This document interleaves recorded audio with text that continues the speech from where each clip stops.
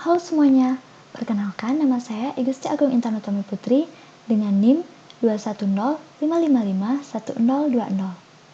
Nah, pada kesempatan kali ini saya akan menjelaskan mengenai algoritma Dijkstra. Nah, adapun pengertian dari algoritma Dijkstra yaitu merupakan algoritma untuk menyelesaikan permasalahan pencarian rute atau jalur terpendek atau shortest path problem dari suatu graf berarah dengan bobot positif atau tidak negatif. Nah, algoritma Dijkstra ini pertama kali ditemukan oleh seorang ilmuwan komputer asal Belanda yaitu Edgar Dijkstra. Algoritma ini dipublikasikan pada tahun 1959. Nah, pada prinsipnya, dalam mencari solusi algoritma Dijkstra, termasuk ke dalam jenis greedy algorithm atau algoritma rakus, yaitu jenis algoritma yang menggunakan pendekatan penyelesaian masalah dengan mencari nilai optimum sementara pada setiap langkahnya. Nah, ini merupakan contoh dari graf, di mana graf ini memiliki titik-titik atau node, dan dari titik satu ke titik yang lainnya itu berbobot atau memiliki jarak. Jaraknya ini bernilai positif, dia tidak bisa bernilai negatif. Nah, selanjutnya ada pun contoh penerapan algoritma Dijkstra dalam kehidupan sehari-hari, yaitu ketika kita melihat Google Maps untuk menuju ke suatu titik tujuan dari titik asal, maka biasanya Maps akan merekomendasikan rute terpendek untuk menuju ke titik tujuan kita. Nah, di sini ada dua kemungkinan, yaitu dengan rute pertama, yaitu rute yang lebih panjang jaraknya dan rute yang jaraknya lebih pendek. Nah, algoritma Dijkstra ini bertujuan untuk menemukan jalur terpendek berdasarkan bobot terkecil dari satu titik ke titik lainnya. Nah, dengan algoritma Dijkstra akan dilakukan kalkulasi terhadap semua kemungkinan bobot terkecil dari setiap titik untuk bisa menuju ke titik akhir atau titik tujuan. Sehingga dari titik awal menuju ke titik akhir dapat ditemukan nilai optimumnya atau jarak terpendeknya. Nah, selanjutnya ada pun langkah-langkah algoritma Dijkstra. Yang pertama, tentukanlah titik mana yang akan menjadi node awal, lalu beri bobot jarak pada node pertama ke node terdekat satu persatu. Yang kedua, beri nilai bobot jarak untuk setiap titik ke titik lainnya, lalu set nilai 0 pada node awal. Set semua node belum terjamah dan set node awal sebagai node keberangkatan. Nah, dari node keberangkatan, pertimbangkan node tetangga yang belum terjamah dan hitung jaraknya dari titik keberangkatan. Jika jarak ini lebih kecil dari jarak sebelumnya atau yang telah terekam sebelumnya, hapus data lama dan simpan ulang data jarak dengan jarak yang baru. Selanjutnya, saat kita selesai mempertimbangkan setiap jarak terhadap node tetangga, tandai node yang telah terjamah sebagai node terjamah. Node terjamah tidak akan pernah dicek kembali. Nah, jarak yang disimpan adalah jarak terakhir dan yang paling minimal bobotnya, atau jarak terpendek. Nah, kemudian set node belum terjamah dengan jarak terkecil dari node keberangkatan sebagai node keberangkatan selanjutnya dan lanjutkan dengan kembali ke step 3. Nah, selanjutnya di sini saya akan menjelaskan mengenai contoh pencarian titik tujuan dari titik awal menggunakan algoritma Dijkstra. Nah, di sini terdapat graf yang memiliki 5 buah titik, yaitu titik A, B, C, D, dan E. Nah, masing-masing dari satu titik ke titik lainnya ini memiliki jarak atau memiliki bobot. Nah, di sini langsung saja, misalnya saya akan mencari jarak terpendek dari titik A ke titik E dengan algoritma Dijkstra. Sini kita tulis terlebih dahulu, jadi search-nya itu adalah A, titik awalnya A, menuju ke destinasi atau titik tujuannya itu E. Nah, di sini kita tulis dulu node atau titik apa saja yang terdapat di graf ini. Di sini ada titik A, B, C, D, dan E. Nah, titik yang pertama kita lihat yaitu titik A atau titik awalnya. Nah, di sini kita tulis dari titik A menuju ke titik A. Di sini previousnya A, itu value atau jaraknya adalah 0. Nah, previous ini yaitu titik sebelumnya. Dengan value ini merupakan jarak. Nah, karena dia masih berada di titik ini, tidak terjadi perpindahan titik, maka ini previousnya bisa kita tidak tulis. Nah, di sini kita tulis search-nya adalah A.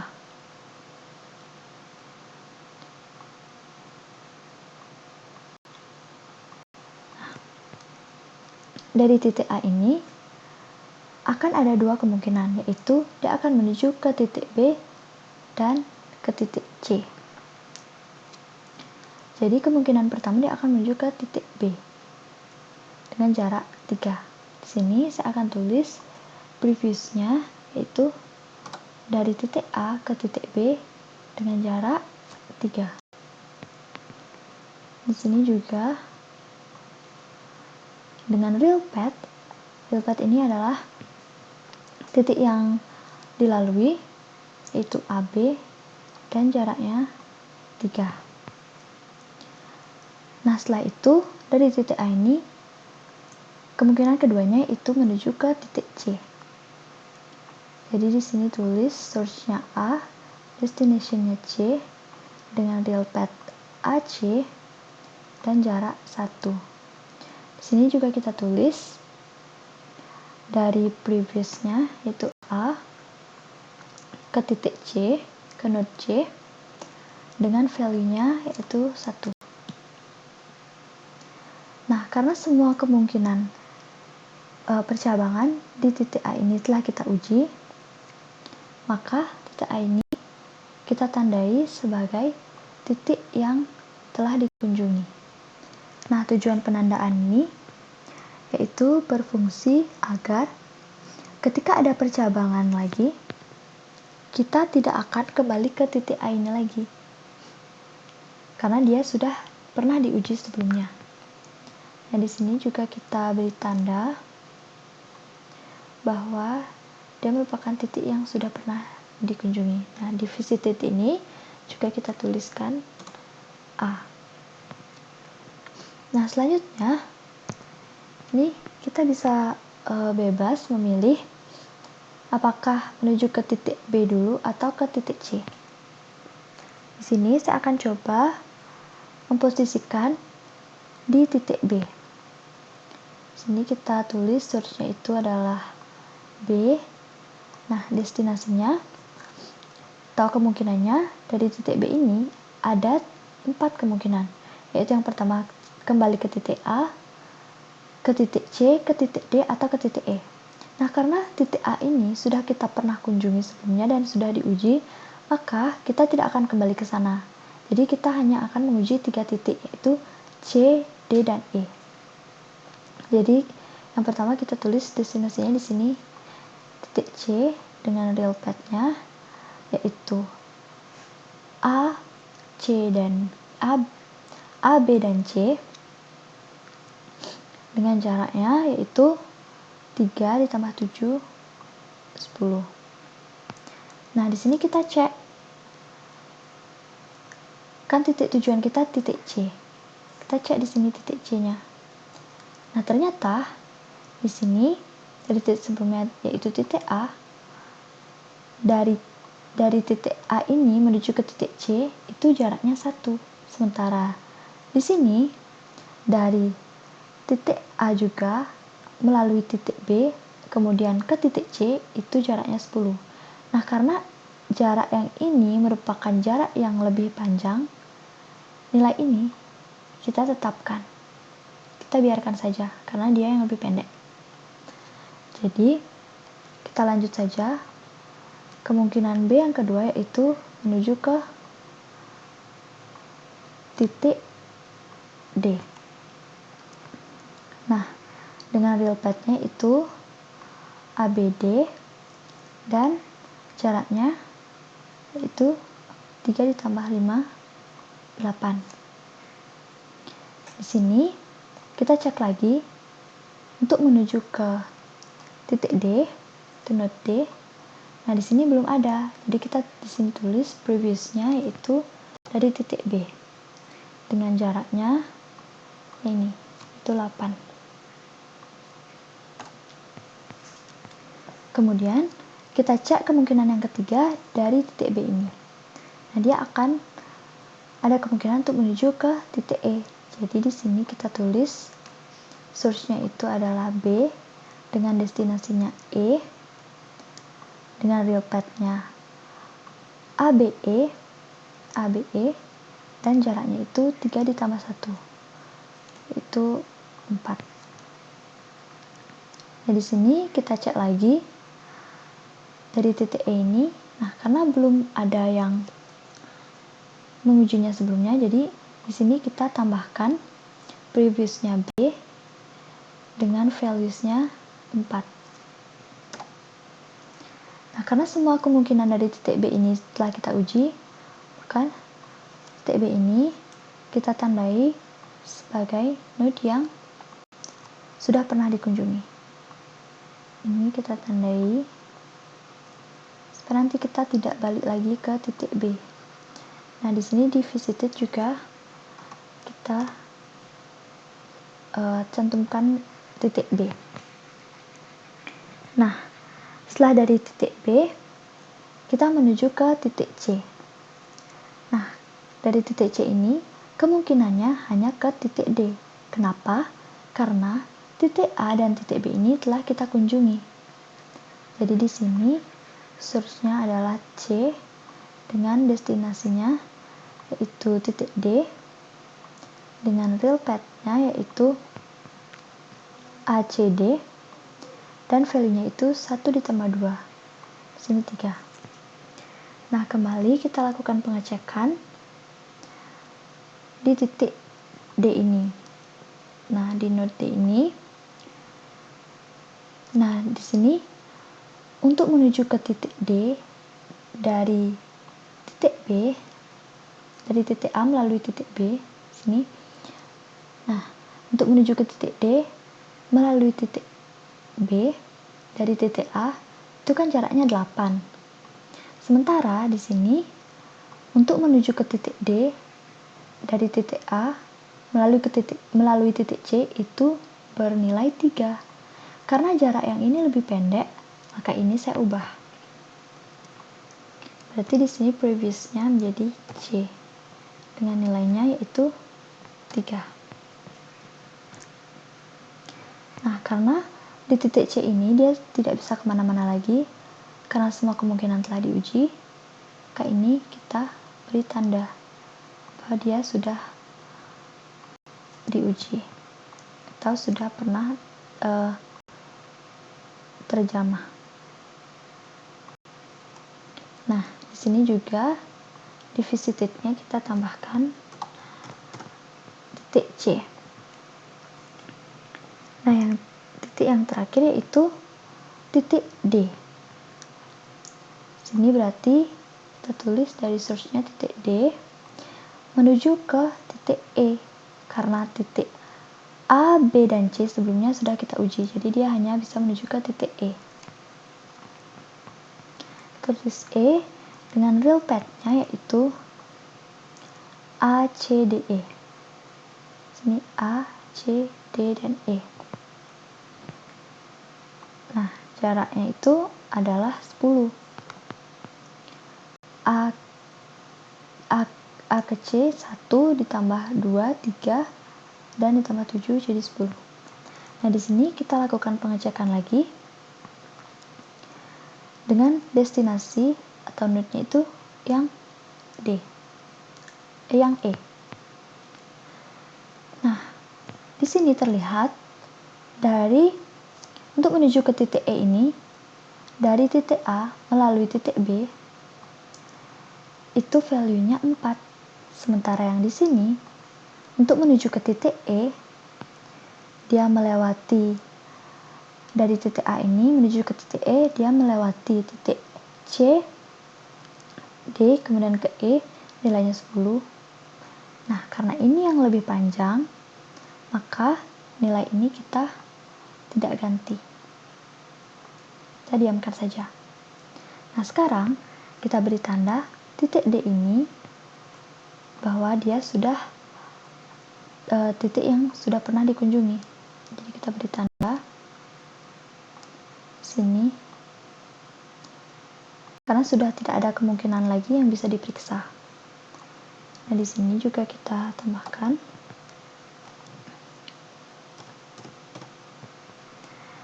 Nah, selanjutnya kita sudah ketemu jarak terpendek dari titik A menuju ke titik E itu adalah 4 dengan real path yaitu A, B, E yang ini. Nah, ini dia. Nah, itulah cara untuk menentukan jarak terpendek dari satu titik ke titik lain menggunakan algoritma Dijkstra. Nah, untuk lebih memahaminya, saya akan memberikan contoh yang kedua. Nah, di sini saya mempunyai graf dengan titik-titiknya atau node-nya, yaitu ada A, B, C, D, E, dan Z. Nah, di sini saya akan mencoba dari titik A menuju ke titik Z. Seperti tadi, ini saya hapus dulu. Nah, seperti tadi kita tulis dulu di sini semua node yang ada di graf. Saya tulis A, B, C, D, E, dan Z. Nah, sekarang kita lihat titik awalnya dulu, yaitu titik A. Nah, dari titik A ini menuju ke titik ke dirinya sendiri atau ke previousnya A, kita beri dia value-nya 0 karena dia masih berada di titik yang sama. Kita tulis di sini source-nya A.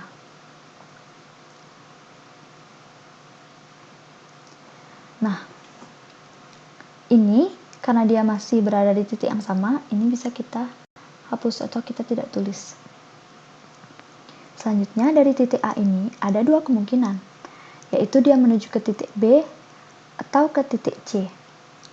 Sini kita tulis previousnya yaitu A ke B itu nilainya atau jaraknya 4.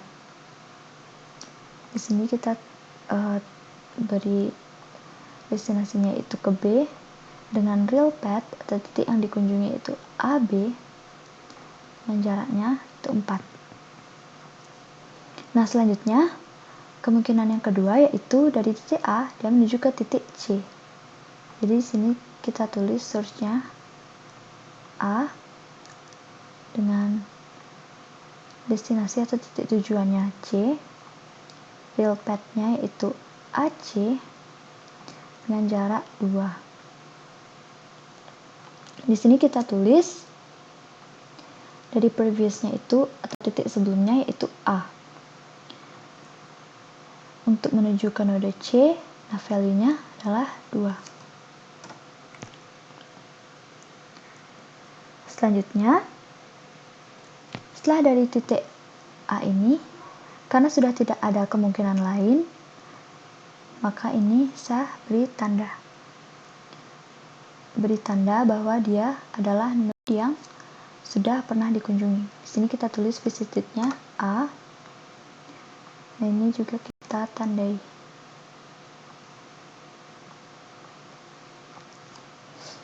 Nah, kemudian dari titik A ini kita bisa memilih ke titik B atau ke titik C.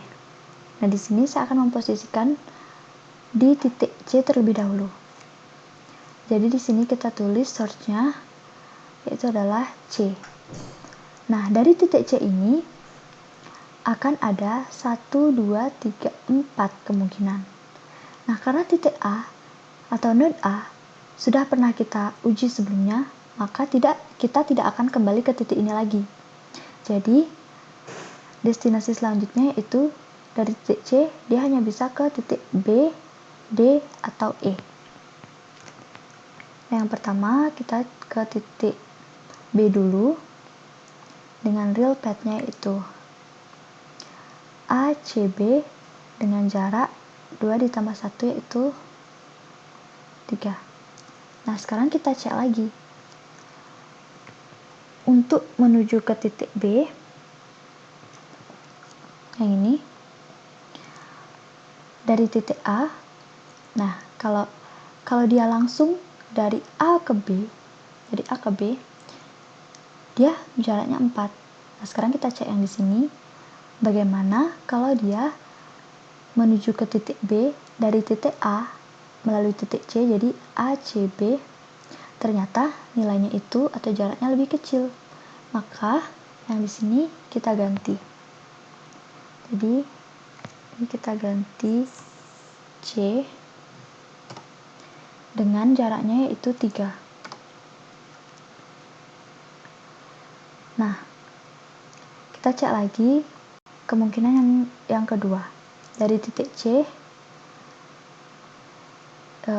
destinasinya itu ke titik D dengan real path ACD.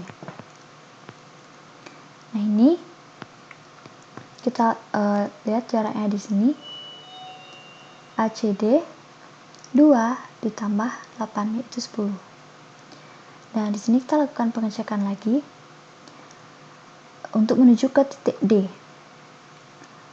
Nah, dari titik D ini, untuk menuju ke titik D ini, dari titik A melalui titik C itu nilainya atau jaraknya 10.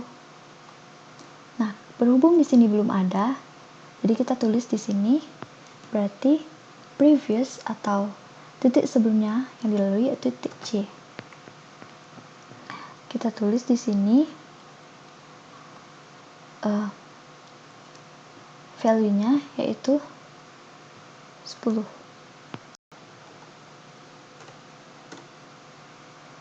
Nah, kemudian kita cek kemungkinan yang ketiga, yaitu dari titik C menuju ke titik E.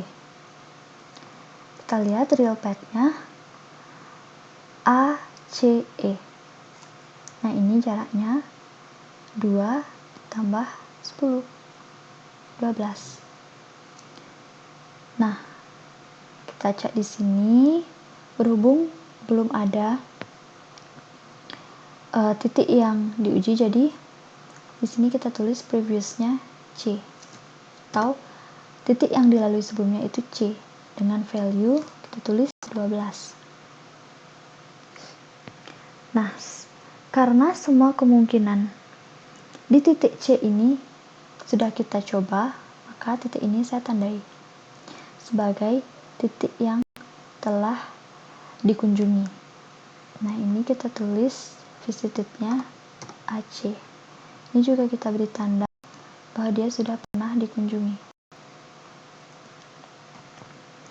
Nah, selanjutnya yang akan kita coba yaitu titik B.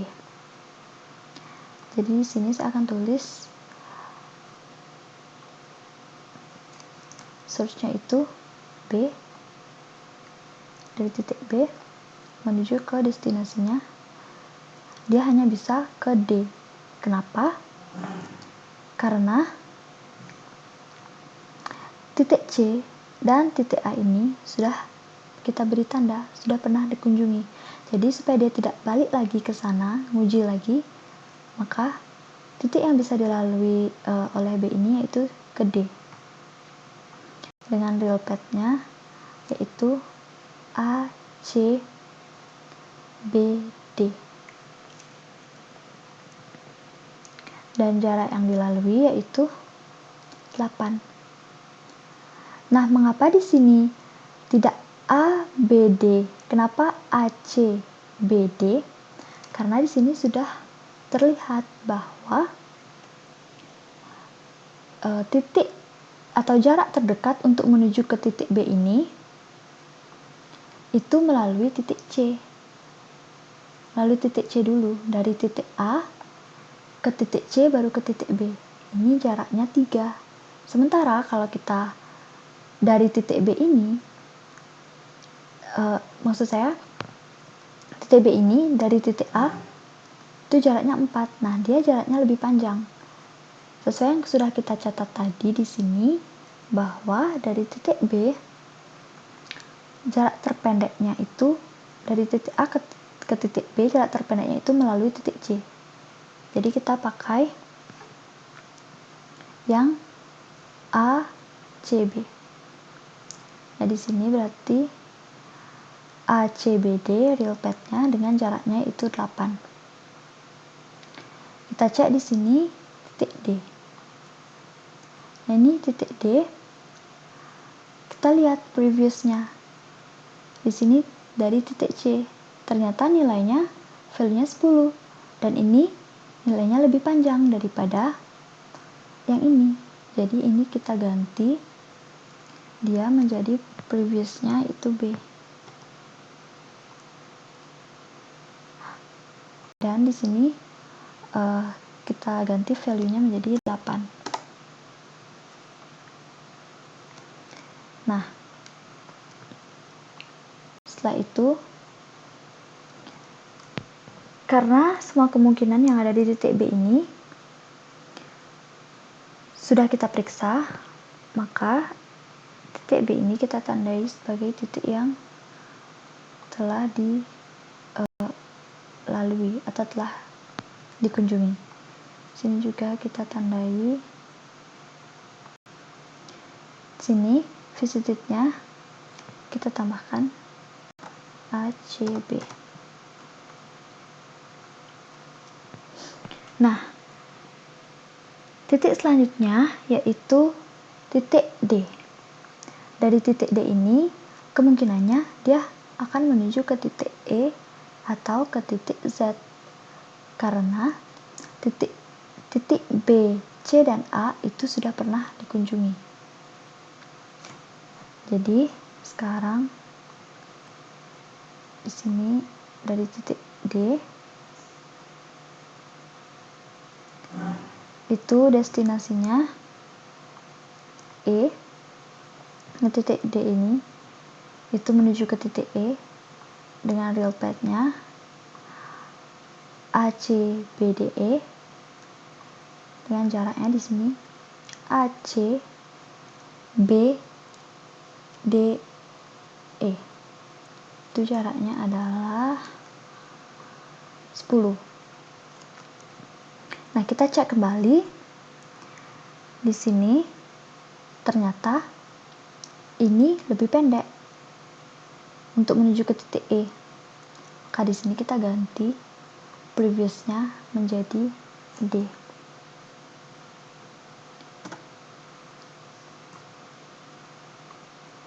Dan jaraknya ini kita ganti 10. Nah, selanjutnya kemungkinan yang kedua yaitu dari titik D ini ke titik Z.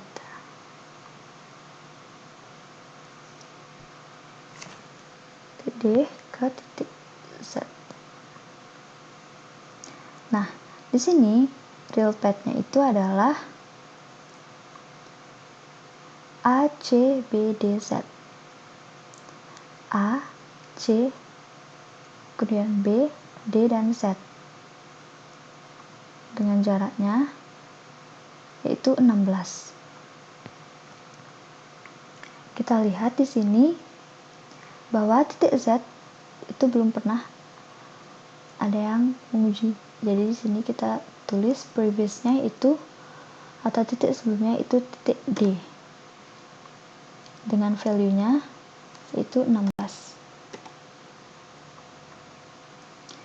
Nah, di sini kita beri tanda titik D ini sebagai titik yang telah terkunjungi. Nah, ini juga titik D kita tandai sebagai titik yang telah terkunjungi. Nah, selanjutnya akan kita uji yaitu di sini juga kita tulis ACBD.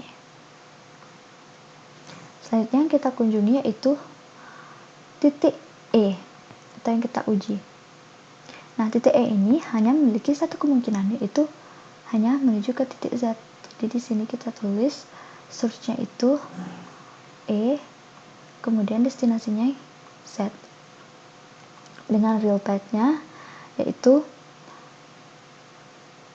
A, C, B, D, E, Z. Nah, jaraknya di sini itu adalah 13. Nah, di sini kita cek lagi titik Z. Nah, ternyata di sini previousnya itu D dengan jaraknya 16. Nah, di sini ternyata dia lebih pendek jarak yang dari titik E ini.